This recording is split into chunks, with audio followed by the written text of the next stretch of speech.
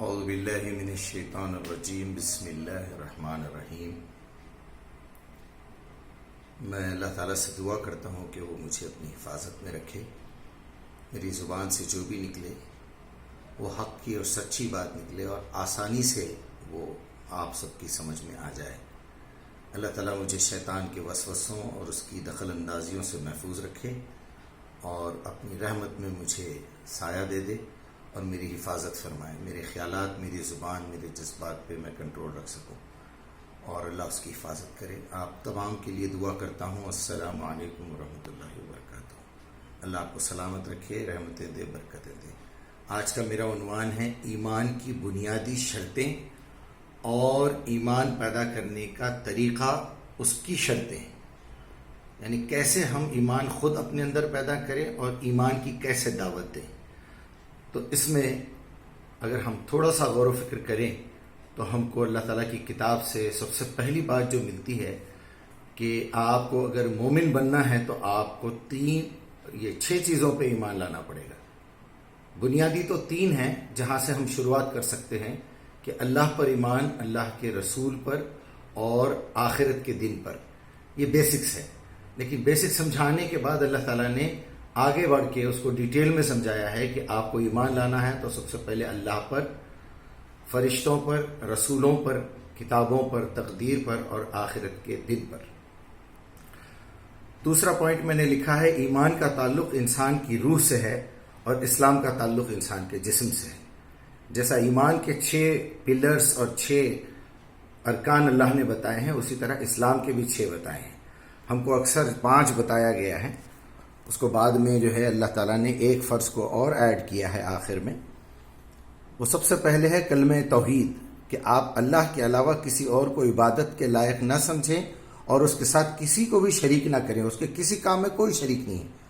وہ جو چاہے کر سکتا ہے، جس کو چاہے پیدا کر سکتا ہے، جس کو چاہے مار سکتا ہے اور ایک دن ساری دنیا کو ختم کر دے گا۔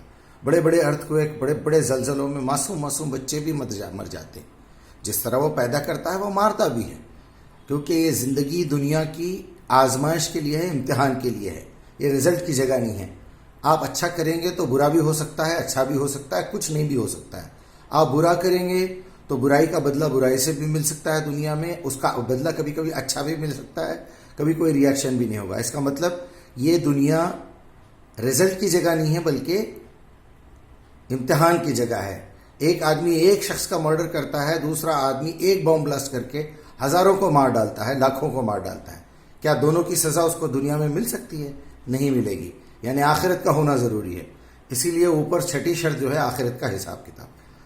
تو ایمان کا تعلق انسان کی روح سے ہے، اللہ پر ایمان، فرشتوں پر، رسولوں پر، کتابوں پر، تقدیر پر، آخرت کے دن پر، یہ سب میرے دل میں ہے جس کا اظہار نہیں ہو سکتا۔ لیکن اسلام کا تعلق، اسلام کے 6 ارکان، اللہ پر ایمان لانا، یعنی کمٹمنٹ کرنا کہ میں اللہ کا بندہ بن گیا ہوں اور اللہ کے رسول کے طریقے پہ کام کروں گا۔ اور دوسرا جو ہے نماز ہے، جس میں کنٹینیو مجھے قرآن سیکھنا ہے۔ تیسرا روزہ ہے، جس میں مجھے باڈی سے ریلیٹڈ ٹریننگ کورس ملے گا، کیا کھانا ہے، کیا پینا ہے اور میری فزیکل ریکوائرمنٹ کو کس طرح پورا کرنا ہے، اس کو روزہ کہتے ہیں، جس سے تقویٰ پیدا ہوتا ہے۔ اور مجھے زکوٰۃ سے پیسہ کمانے اور خرچ کرنے کی ٹریننگ دی جاتی ہے، اور مجھے حج سے، قربانی سے اپنے جذبات، اپنی خواہشات، یہاں تک کہ اپنی اولاد کو قربان کرنے کا جذبہ اور وہ ٹریننگ دی جاتی ہے۔ اسے کہتے ہیں اسلام۔ اور 6ٹھا رکن اس کا یہ ہے کہ آپ کو اللہ تعالیٰ نے قرآن دیا ہے، آپ کو اس کی دعوت دنیا کے تمام ان لوگوں تک پہنچانا ہے جو مسلمانوں میں نہیں پیدا ہو سکے۔ یہ بھی ایک آزمائش ہے، آپ کی بھی ہے، ان لوگوں کی بھی ہے۔ ان کو سوچنا چاہیے کہ مسلمان الگ کیوں ہیں، ہم کو سوچنا چاہیے کہ غیر مسلم الگ کیوں ہیں۔ جب آپ یہ سوچیں گے تو آپ کو پتہ چلے گا کہ دنیا کی سب سے سچی کتاب، سب سے زیادہ انٹیلیجنسی سکھانے والی کتاب، سب سے زیادہ انصاف کی کتاب اللہ کی کتاب ہے، قرآن ہے۔ چلیے ہم اور آگے بڑھتے ہیں۔ یہ اسلام کے 6 ارکان ہو گئے، کلمہ توحید، نماز، روزہ، زکوٰۃ، حج اور دعوت قرآن، دعوت اسلام، دعوت دین۔ یہ ٹریننگ کورسز کریں گے، یہ عمل کریں گے باڈی سے، تو آپ جو ہے ٹریننگ کورس کریں گے وہ مین ریزن کا عبادت کا جس کے لیے ہم کو اللہ نے پیدا کیا ہے۔ عبادت کا مطلب غلامی ہے، پوجا ہے، پرستش ہے۔ اس کو فالو کرنے کا مطلب ہے دنیا میں اچھے کام کرنا اور برے کاموں سے بچنا۔ اچھے کام کی دعوت دینا اور برے کاموں سے لوگوں کو روکنا۔ تھرڈ پوائنٹ میں نے لکھا ہے ایمان کی تمام شرطیں پوری کرنے کے لیے پورا قرآن سمجھ کر پڑھنا اور اس پہ عمل کرنا اور اس کی دعوت کا کام کرنا انتہائی ضروری ہے، ورنہ ایمان ہمارا بڑا نہیں ہو سکتا۔ ایمان پیدا کرنے کا تو آگے بتاؤں گا میں، لیکن اس کو آپ ترقی نہیں دے سکتے، وہ ایک چھوٹے سے منیمم لیول کے اوپر رک کے رہ جائے گا یا وہ بھی ختم ہو جائے گا۔ اس کے بعد پوائنٹ 4 ہے ایمان کے بغیر اسلام کا کوئی بھی عمل قابل قبول نہیں ہے۔ یعنی آپ کوئی بھی اچھا کام کریں یا برائی سے رکیں گے تو آپ کو اس کا کریڈٹ نہیں ملے گا جب تک کہ آپ اللہ تعالیٰ کے ڈپارٹمنٹ میں بھرتی نہ ہو جائیں ایز اے سلیو۔ اور آپ کا کوئی بھی اسلامی عمل، جتنے 6 ارکان ہیں، جتنے 6 فرائض ہیں، وہ جب تک آپ نہیں کریں گے آپ کی کوئی اچھی بات اللہ قبول نہیں کرے گا۔ جیسے ایک پولیس والا جو ہے وہ مر جاتا ہے تو اس کا بیٹا اس کا ڈریس پہن کے اگر باہر نکل جائے اور وہ پولیس ڈپارٹمنٹ میں یا ملٹری میں ایڈمیشن نہ لے، اس کی ٹریننگ نہ لے، بھلے وہ کتنے ہی اچھے کام کرے تو لیکن وہ تو جرم ہو گیا نا، وہ تو دھوکہ دے رہا ہے لوگوں کو۔ ہو سکتا ہے اس کو سزا نہ ملے لیکن اس کو اچھے کاموں کا جو ہے وہ بدلہ بھی نہیں ملے گا گورنمنٹ کے پاس۔ اسی طرح کوئی شخص بھی اگر وہ ایمان لائے بغیر اچھے کام کرے، برائیوں سے بچے، تو ہو سکتا ہے قیامت کے دن اس کو جہنم میں نہیں ڈالا جائے گا لیکن اس کے لیے جنت بھی نہیں ہے۔ ایسے لوگوں کے لیے جہنم ہی رہے گی لیکن اس میں ان کو تکلیف نہیں دی جائے گی، نہ ان کو فیسلٹیز ملیں گے نہ ان کو سزا ملے گی، تو کیونکہ انہوں نے رجسٹریشن نہیں کروایا تھا۔ جس طرح اس کو سیلری نہیں ملے گی پولیس والے کو اور فوجی کو، اسی طرح ہم کو پنشمنٹ شاید نہ دے، کیونکہ اس کے ریکارڈ جب چیک کرے گا ڈپارٹمنٹ تو وہ دیکھے گا کہ بھئی اس نے تو سارے کام پولیس والوں کے ہی کیے ہیں لیکن بیچارہ پاگل ہے، تو اب اس کو کیا سیلری دے؟ چلو معاف کر دو، جانے دو، چھوڑو، اس نے جرم تو کیا ہے، بنا ڈپارٹمنٹ میں داخل ہوئے، بنا منسٹری کے اپروول کے اس نے باپ کی ڈریس پہن کے۔ اسی طرح مسلمان بھی ہمارے جاہل ہیں جو اپنے باپ دادا کے گھر میں پیدا ہو کے سمجھتے ہیں کہ ہمارے باپ دادا مومن تھے، مسلم تھے تو ہم بھی مسلم ہیں۔ نہیں، نہ آپ مومن ہیں نہ آپ مسلم ہیں۔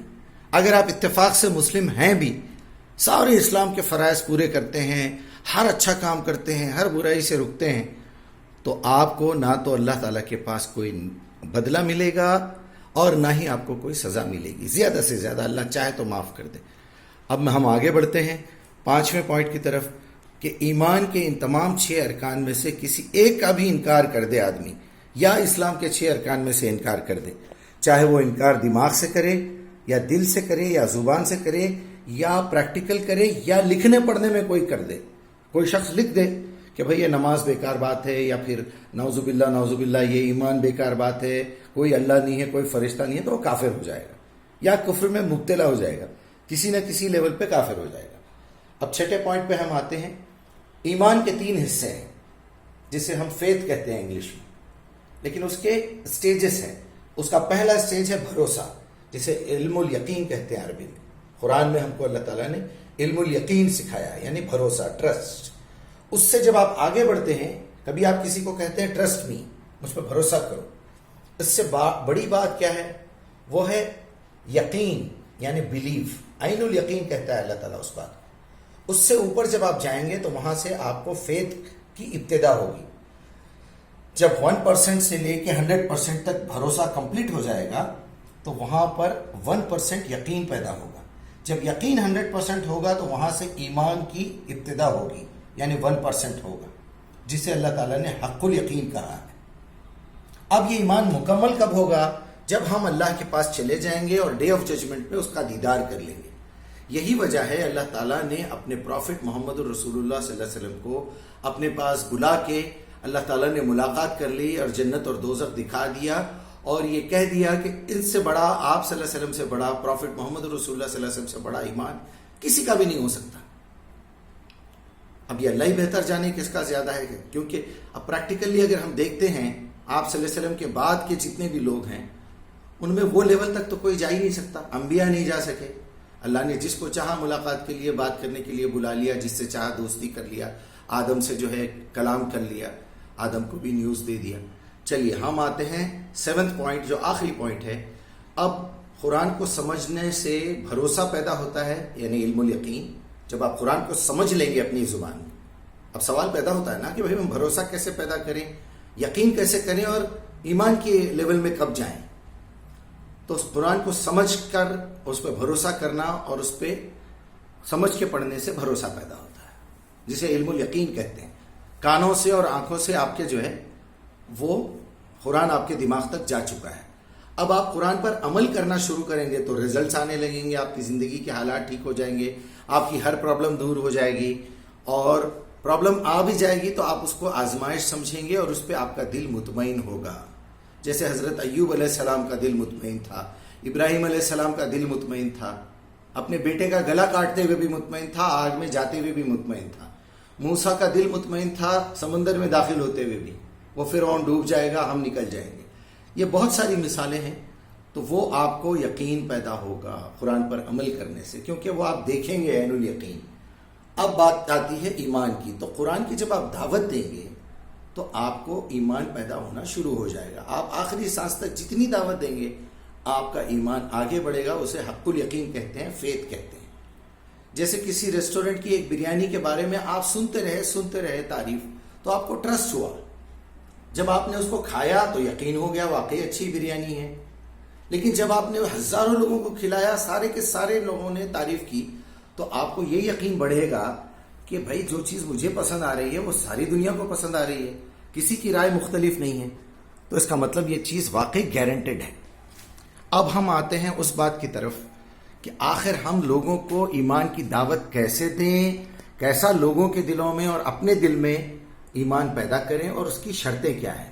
تو میں نے پہلی بات یہ لکھی ہے کہ کوئی بھی انسان، چاہے وہ کسی بھی مذہب میں پیدا ہوا، چاہے وہ مسلمانوں میں پیدا ہوا ہو یا غیر مسلموں میں پیدا ہو، کہیں بھی پیدا ہوا ہو،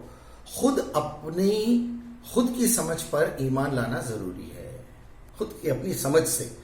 یعنی آپ جب تک اپنا دماغ استعمال نہیں کریں گے، آپ کو بلیف بھی نہیں ہوگا، بھروسہ بھی نہیں ہوگا، یقین بھی نہیں ہوگا، تب تک وہ مومن نہیں ہوتا۔ اپنی تھیوری، اپنا دماغ استعمال کرنا ضروری ہے۔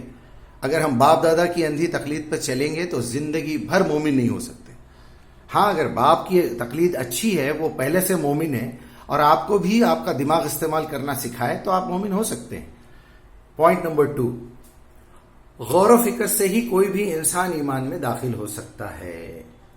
اگر باپ اس کا مومن بھی ہے، مسلم بھی ہے، تو جب تک بیٹا اپنا خود کا دماغ نہیں لگائے گا، وہ اللہ کو خود سے نہیں چیک کرے گا، تب تک وہ اپنے دماغ سے، اپنے دل سے اس بات کو ڈیپلی نہیں محسوس کر سکے گا۔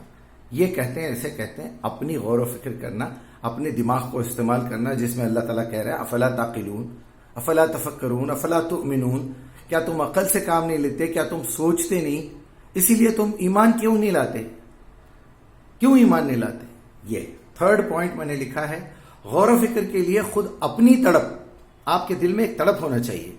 وہ کس چیز کی تڑپ ہے؟ خود اسٹرگل کرے اور خود دعوت، اس کے لیے کوئی شخص اس کو سمجھانا بھی چاہیے۔ جب آپ تڑپ رکھیں گے اچھے انسان بننے کی، اور لوگوں سے پوچھیں گے یا کوئی خود آ کے آپ کو دعوت دے گا، اگر کوئی سچا پکا مسلمان مومن ہے جو آپ کو اچھی بات کی طرف دعوت دیتا ہے، آپ غور و فکر کریں نہ کریں، وہ آپ کے پاس آئے گا، ملے گا، اور آپ کے دماغ کو جھنجھوڑے گا کہ بھائی تم سو رہے ہو، تمہارا دماغ سو رہا ہے، تم جہالت میں ہو، اٹھو۔ جب آپ اپنا دماغ استعمال کریں گے تو دل سے ایمان بھی لائیں گے، آپ کا دل، دماغ، آپ کا عمل بھی ٹھیک ہوگا۔ اب آئیے، غور و فکر کے لیے خود اپنی تڑپ کا ہونا ضروری ہے۔ اس کے بعد یہ ضروری ہے کہ انسان خود حق کی تلاش کرے، انسان یہ پتہ لگائے کہ سچ کیا ہے، کون سا مذہب صحیح ہے۔ جس مذہب میں پیدا ہو گیا ہوں، مسلمانوں میں بھی اگر ہو گیا ہوں، تو اس میں کون سا فرقہ صحیح ہے، اس کو چیک کرنے کے لیے خود اپنا دماغ استعمال کرے، اللہ کی کتاب کو دعوت دعا کے ساتھ قبول، یعنی سمجھنے کی کوشش کرے، اس کو دل سے قبول کرے، اور پھر اللہ سے دعا کرتے ہوئے اس کے اوپر جو راستہ آپ کو اچھا لگتا ہے، اللہ جو سمجھاتا ہے، اس پہ ہدایت حاصل کیجیے۔ اور جو لوگ اللہ کے پیغام کو جانتے ہیں وہ اس شخص کو دعوت دیں گے، عقلی دلیل بھی دیں گے کہ دیکھو بھائی، یہ دنیا کا سارا نظام ایک ہی خالق اور مالک چلا رہا ہے، اسی نے چاند، سورج، ستارے سارے بنائے ہیں۔ تم سورج کی پوجا کر رہے ہو جو رات میں غائب ہو جاتا ہے، کیا تم ایسے خدا کو مانو گے جو سورج ہے؟ تم اپنی دھرتی کو جو ہے اپنی زمین کو ماں مانتے ہو یا بھگوان مانتے ہو، جو 1 منٹ کے لیے ٹکنے کے لیے تیار نہیں ہے، گول پھرتی ہے، اس میں زلزلے آتے ہیں، اس میں سے لاوا پھوٹ کے نکلتا ہے۔ یہ تو ایک مخلوق ہے، کریشن ہے۔ تم جانوروں کی پوجا کر رہے ہو، یہ جانور خود ہی مر جاتے ہیں، خود ہی پیدا ہوتے ہیں. تم اپنے ہاتھوں سے پتھر کی مورتی بناتے ہو، اس کے آگے جھکتے ہو، پھر اسی کو پانی میں پھینک دیتے ہو. یہ کون سی بات ہے؟ ہمارا خدا تو وہ ہے جو اس کی نہ تو سٹارٹنگ ہے نہ تو اس کی کوئی اینڈنگ ہے. وہ ہمیشہ سے ہمیشہ رہے گا. اگر وہ ہماری چھوٹی سی آنکھوں سے نظر آ جائے تو پھر ہم تو 1 منٹ میں مان لیں گے. بنا دیکھے کہ کسی کی بات کو ماننا، یہی کمال ہے، یہی آپ کی عقل کی آزمائش ہے کہ میں پردے کے پیچھے چھپ گیا ہوں. جیسے ہم آنکھ مچولی کھیلتے ہیں، عقل والا بچہ کسی کو بھی ڈھونڈ کے نکالے گا کہ وہ کہاں ہے. اسی طرح ہم کو ڈھونڈ کے نکالنا ہے. جو نالائق ہوگا، بیوقوف ہوگا، ڈھونڈتا ہی رہ جائے گا، چھپنے والا چھپا ہی رہے گا. تو اسی طرح اللہ تعالیٰ چھپ کے آپ کے دماغ کا ٹیسٹ لینا چاہتا ہے کہ تم مجھے پہلے پہچانو، اس کے بعد پھر میری بات کو مانو، اور میں بنا دیکھے، بنا سامنے آئے کہ جو ہے میں تمہارے سامنے اپنے بندے کو پیغام بھیج رہا ہوں. تو جو لوگ اللہ کا پیغام جانتے ہیں وہ اس شخص کو عقلی دلیل دے، پھر قرآن سے مثالیں دے اور نبی کے طریقے پر دعوت دے. 4 پوائنٹ میں نے لکھا ہے، اگر آپ کو اجتہاد کرنا ہو اور آپ کو حق کی تلاش کرنا ہو تو ہم کو اللہ تعالیٰ نے اپنے رسول محمد رسول اللہ صلی اللہ علیہ وسلم، پروفٹ محمد کے ذریعے سے ایک ایگزامپل دیا ہے کہ تم اگر کم سے کم 40 ڈیز بھی سچے دل کے ساتھ سارے کام دھام چھوڑ کے، بے شک آپ کام بھی کریے، لیکن زیادہ وقت اپنا دل دماغ تلاش میں لگائیے کہ what is correct, what is right, what is wrong, کیا صحیح ہے کیا غلط ہے. ہمارا بھگوان، ہمارا اللہ، ہمارا خالق اور مالک، کریٹر کون ہے، اور وہ ہم سے کیا چاہتا ہے، کیوں ہم کو پیدا کیا. یہ سوالات لے کے کیوں دنیا میں لوگ جو ہے ایک دوسرے کا مرڈر کرتے ہیں، کیوں لوگ ایک دوسرے سے نفرت کرتے ہیں، یہ انسان کیسے پیدا ہوا. کیا سارے کنٹریز اچانک رونما ہو گئے؟ کیا سارے انسان زمین میں سے نکل پڑے، ایک جگہ ہندو، ایک جگہ مسلمان، ایک جگہ کرسچن؟ نہیں. یا سارے انسان بندروں کی اولاد ہے؟ تو پھر کچھ بندر اور کچھ انسان، 50% بندر 50% انسان، 90% انسان 10% بندر نظر آنا چاہیے نا. یا سارے بندروں نے مل کے طے کر لیا کہ 5 جولائی کو ہم سارے کے سارے بندر انسان ہو جائیں گے؟ ایسا تو نہیں ہو سکتا.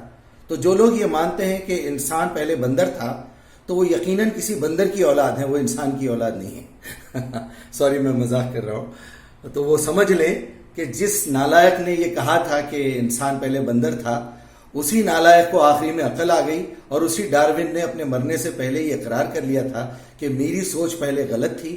بے شک انسان ہے، اور وہ اس دنیا کی مخلوق نہیں ہے، بلکہ وہ کہیں سے آیا ہے.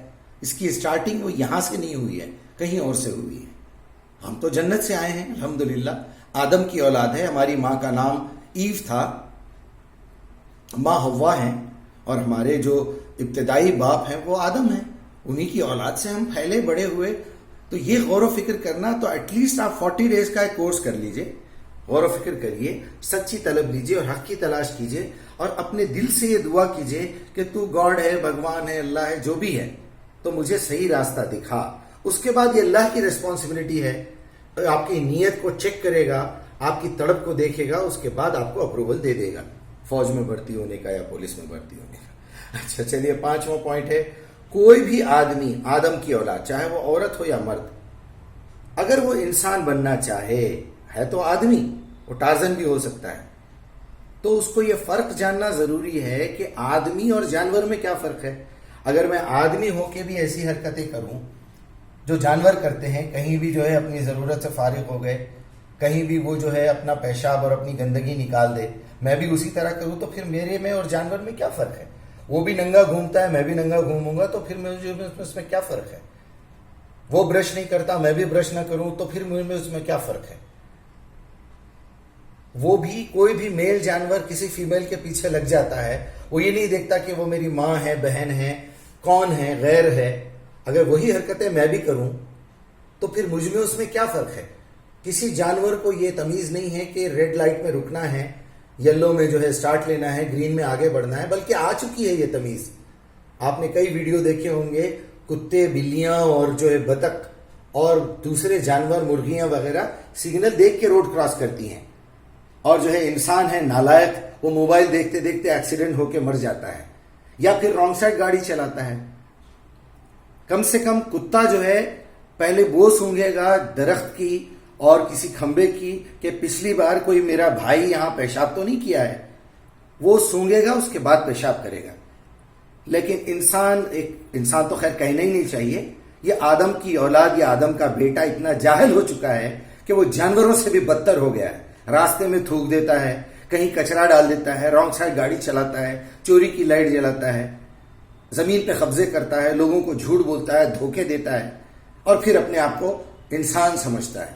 وہ تو آدم کی اولاد بھی کہلوانے کے قابل نہیں ہے، وہ تو جانور بھی کہلوانے کے قابل نہیں ہے، کیونکہ وہ لوگ جانوروں سے بھی بدتر ہے، جو رانگ سائڈ گاڑی چلاتے ہیں، جو ڈیوائیڈر کے اس سائڈ سے جاتے ہیں، جو راستے میں کچرا پھینکتے ہیں، تھوکتے ہیں، اور جو لوگوں کے ساتھ ظلم و ستم کرتے ہیں، جو زنا کرتے ہیں، جو جھوٹ بولتے ہیں، جو دھوکہ دیتے ہیں، جو چوری کی لائٹ جلاتے ہیں۔ وہ انسان تو کیا، آدمی تو کیا، جانور بھی کہلوانے کے لائق نہیں ہے، اسفل سافلین ہے۔